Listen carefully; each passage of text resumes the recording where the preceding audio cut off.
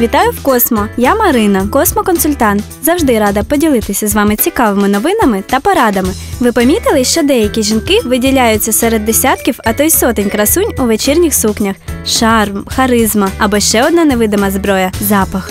Ексклюзивний аромат, який анонсує її появу та стелиться п'янким шлейфом, ведучи за собою. Пропоную дізнатися, як правильно користуватися цим секретом.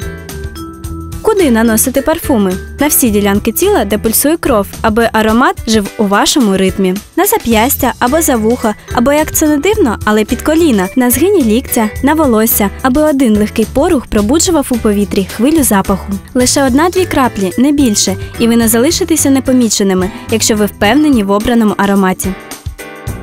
Космо нагадує, у 2013-му в тренді яскраві, сміливі аромати, котрі підкреслюють образ впевненої в собі жінки.